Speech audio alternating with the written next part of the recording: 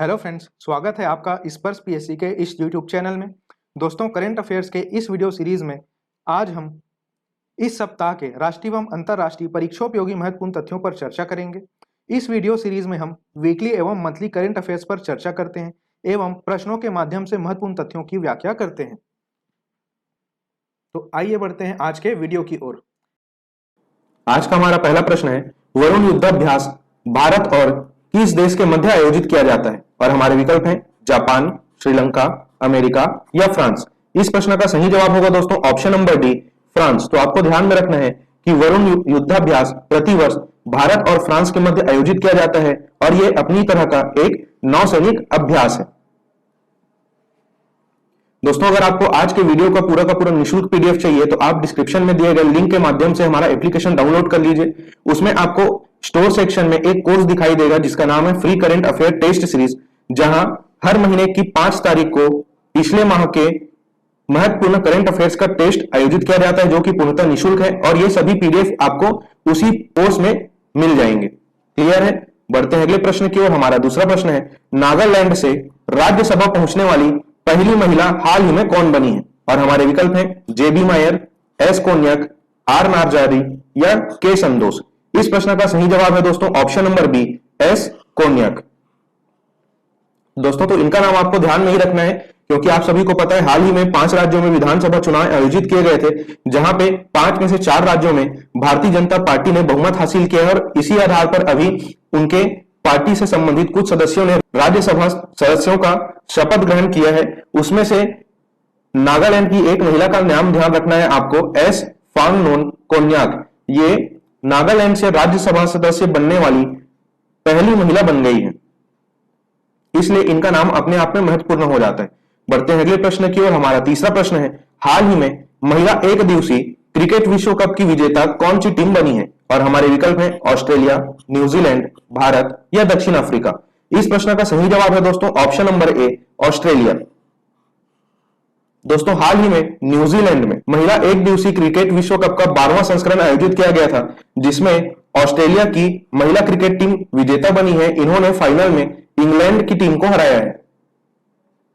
बढ़ते हैं अगले प्रश्न की ओर। हमारा चौथा प्रश्न है, हाल ही में केंद्र सरकार ने किन्हें नया विदेश सचिव नियुक्त किया है? और हमारे विकल्प हैं विनय मोहन क्वात्रा, चोलिका अय्यर, केपीएस मेनन या हर्षवर्धन श्रृंगला।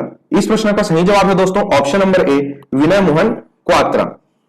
तो इन्हें ही केंद्र सरकार के द्वारा हाल ही में नया विदेश सचिव नियुक्त किया गया है। विनय मोहन क्वात्रा हर्षवर्धन श्रृंगला के स्थान पर अपना पदभार ग्रहण करेंगे। वर्तमान स्थिति में विनय मोहन क्वात्रा नेपाल में भारत के राजदूत हैं। दोस्तों, विकल्प में 2 महत्वपूर्ण नाम आपको और दिखाई दिए होंगे, केपीएस मेनन और चोलिका अय्यर। तो केपीएस मेनन जी का नाम आपको ध्यान में रखना है क्योंकि ये भारत के पहले विदेश सचिव थे, और चोलिका अय्यर जी का नाम आपको ध्यान में बिल्कुल रखना है क्योंकि ये भारत की पहली महिला विदेश सचिव रह चुकी है। क्लियर है? बढ़ते हैं अगले प्रश्न की ओर। हमारा 5वां प्रश्न है, हाल ही में लिविंग रूट ब्रिज को यूनेस्को की विश्व धरोहर की संभावित सूची में शामिल किया गया है। यह लिविंग रूट ब्रिज किस राज्य में स्थित है? और इस प्रश्न के लिए हमारे विकल्प है नागालैंड, त्रिपुरा, मेघालय या असम। इस प्रश्न का सही जवाब है दोस्तों ऑप्शन नंबर सी, मेघालय। दोस्तों, लिविंग रूट ब्रिज जैसा कि आप चित्र में देख पा रहे हैं मेघालय में स्थित है और हाल ही में इसे यूनेस्को की विश्व धरोहर की संभावित सूची में शामिल किया गया है। दोस्तों, इसी के साथ आपको ध्यान में रखना है कि पिछले वर्ष भारत के 2 स्थानों को यूनेस्को की विश्व धरोहर सूची में शामिल किया गया था और अब तक भारत के कुल 40 ऐसे स्थान हैं जिन्हें यूनेस्को की विश्व धरोहर सूची में शामिल किया जा सका है। तो इसमें पिछले वर्ष 39वें स्थान के रूप में काकती रामप्पा मंदिर को शामिल किया गया था। ठीक है, ये नाम आप अवश्य ही जानते होंगे और यह काकती रामप्पा मंदिर तेलंगाना के हनमकोंडा पहाड़ी पर स्थित है। और इसके कुछ दिवस पश्चात ही धौलावीरा को यूनेस्को की विश्व धरोहर की सूची में शामिल किया गया और यह धौलावीरा गुजरात में स्थित है, जो कि भारत का 40वां स्थान बना जो यूनेस्को की विश्व धरोहर की सूची में शामिल हुआ है। क्लियर है? बढ़ते हैं अगले प्रश्न की ओर। हमारा 6वां प्रश्न है, खेलो इंडिया यूनिवर्सिटी गेम्स 2021 का आयोजन किस राज्य में किया जाएगा? और हमारे विकल्प हैं कर्नाटक, आंध्र प्रदेश, हरियाणा या गुजरात। इस प्रश्न का सही जवाब है दोस्तों ऑप्शन नंबर ए, कर्नाटक।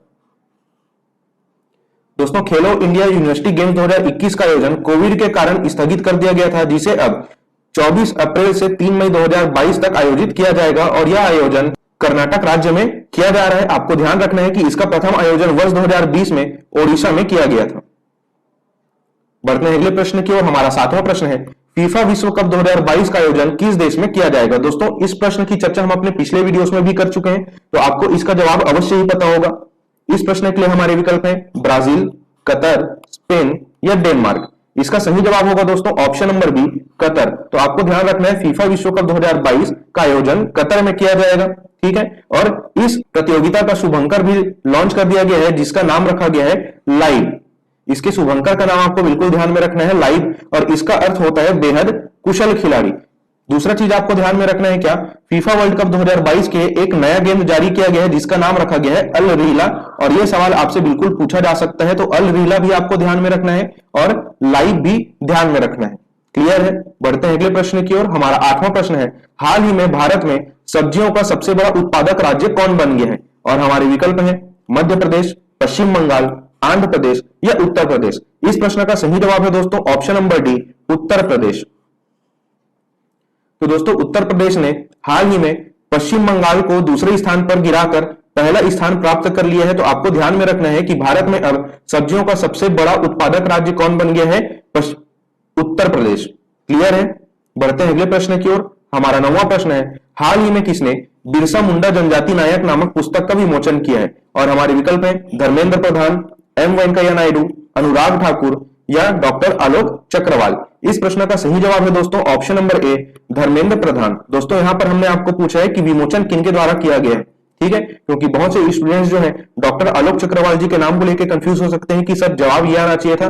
तो जवाब ये कब होगा इसकी हम चर्चा कर लेते हैं। दोस्तों यह जो पुस्तक है वो किनके द्वारा लिखा गया है, प्रोफेसर आलोक चक्रवाल जी के द्वारा, जो छत्तीसगढ़ में स्थित गुरु घासीदास विश्वविद्यालय के वर्तमान कुलपति हैं। इनके द्वारा यह किताब लिखा गया है जिसका नाम है बिरसा मुंडा जनजाति नायक। और हमने यहाँ पे पूछा है विमोचन किनके द्वारा किया गया, तो विमोचन किया गया धर्मेंद्र प्रधान जी के द्वारा, जो कि वर्तमान स्थिति में केंद्रीय शिक्षा और कौशल विकास मंत्री हैं। अब यहाँ पे एक नाम आपने पढ़ा होगा बिरसा मुंडा जी का, ठीक है। तो इनसे संबंधित कुछ महत्वपूर्ण तथ्यों को आपको ध्यान में रखना है कि ये एक तो मुंडा जनजाति से संबंधित है, और अगर हम छत्तीसगढ़ की बात करें तो छत्तीसगढ़ में मुंडा जनजाति जो है आपके सरगुजा संभाग में पाई जाती है, ठीक है। ये चीज आपको ध्यान रखना है।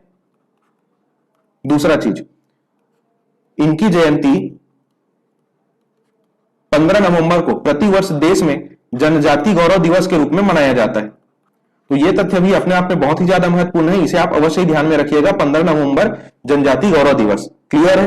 बढ़ते हैं अगले प्रश्न की ओर। हमारा 10वां प्रश्न है, हाल ही में किसने मानव तस्करी रोधी प्रकोष्ठ शुरू किया है। और हमारे विकल्प है राष्ट्रीय महिला आयोग, नीति आयोग, स्वास्थ्य मंत्रालय या गृह मंत्रालय। इस प्रश्न का सही जवाब है दोस्तों ऑप्शन नंबर ए, राष्ट्रीय महिला आयोग यानी नेशनल कमीशन फॉर वुमेन। तो दोस्तों यह प्रकोष्ठ मानव तस्करी के मामलों से प्रभावी तरीके से निपटने में सुधार करेगा और मानव तस्करी रोधी इकाइयों की क्षमता, निर्माण एवं प्रशिक्षण में भी वृद्धि करेगा। इनका और काम क्या है, यहाँ पे आप देख सकते हैं कि यह मानव तस्करी से बचाए गए लोगों के जीवन के पुनर्निर्माण में भी मदद करेगा तथा महिलाओं एवं लड़कियों में जागरूकता भी बढ़ाएगा ताकि उनके साथ इस प्रकार की घटना न हो। अगर हम नेशनल कमीशन फॉर वुमेन यानी राष्ट्रीय महिला आयोग की गठन की बात करें तो इसका गठन किया गया था वर्ष 1992 में और इनकी वर्तमान अध्यक्ष है रेखा शर्मा। तो आपको यह भी ध्यान में रखना है कि नेशनल कमीशन फॉर वुमेन की प्रथम अध्यक्षा कौन थी। तो इनके प्रथम अध्यक्षा के रूप में आपको नाम ध्यान रखना है जयंती पटनायक जी का। ठीक है। बढ़ते हैं अगले प्रश्न की ओर। हमारा 11वां प्रश्न है, हाल ही में IONS समुद्री अभ्यास 2022 का आयोजन कहां किया गया है। और हमारे विकल्प हैं तमिलनाडु, गोवा, केरल या ओडिशा। इस प्रश्न का सही जवाब है दोस्तों ऑप्शन नंबर बी, गोवा। तो दोस्तों ये IONS आखिर है क्या, तो यहां पे आप देख पा रहे हैं इंडियन ओशियन नेवल सिंपोसियम यानी हिंद महासागर नौसेना संगोष्ठी। तो दोस्तों इसी IONS के अंतर्गत ही समुद्री अभ्यास जिसका नाम रखा गया है IMEX 22, इसका आयोजन 26 से 30 मार्च तक गोवा और अरब सागर में किया गया था और यह इस अभ्यास का पहला संस्करण था। क्लियर है।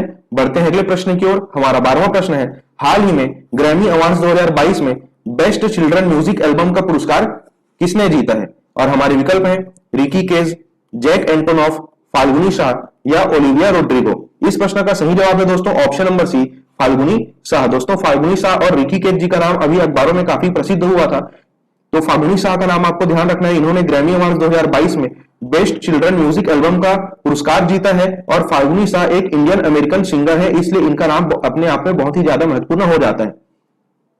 बढ़ते हैं अगले प्रश्न की ओर। हमारा 13वां प्रश्न है, हाल ही में विक्टर ऑर्बन कौन से देश के प्रधानमंत्री बन गए हैं? और हमारे विकल्प हैं हंगरी, तुर्कमेनिस्तान, ऑस्ट्रिया या यूक्रेन। इस प्रश्न का सही जवाब है दोस्तों ऑप्शन नंबर ए, हंगरी।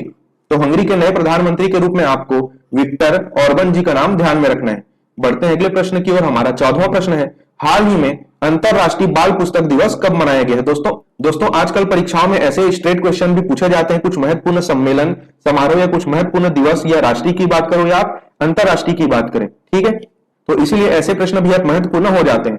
फिलहाल हम चर्चा कर रहे थे अंतरराष्ट्रीय बाल पुस्तक दिवस कब मनाया गया है, और इस प्रश्न के लिए हमारे विकल्प हैं 1 अप्रैल, 2 अप्रैल, 3 अप्रैल या 4 अप्रैल। इस प्रश्न का सही जवाब है दोस्तों ऑप्शन नंबर बी, 2 अप्रैल।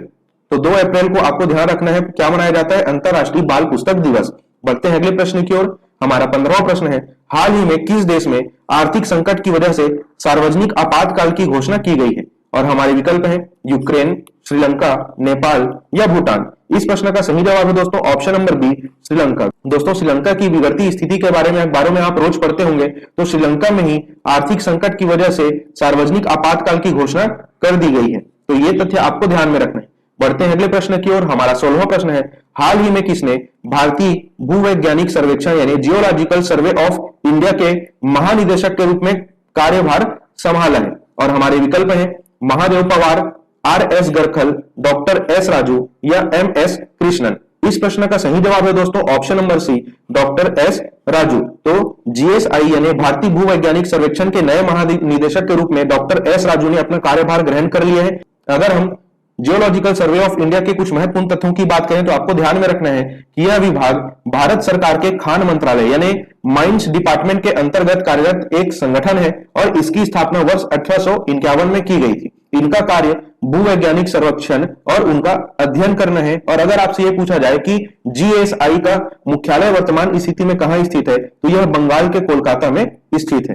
क्लियर है? तो GSI से संबंधित ये सारे तथ्य आपको ध्यान में रखने हैं। तो दोस्तों आज के वीडियो में सिर्फ इतना ही। जल्द मिलेंगे आपसे अगले सप्ताह के राष्ट्रीय एवं अंतरराष्ट्रीय करंट अफेयर्स की नई वीडियो के साथ। तो इंतजार कीजिए हमारी अगली वीडियो का। इस वीडियो को अंत तक देखने के लिए आपका धन्यवाद।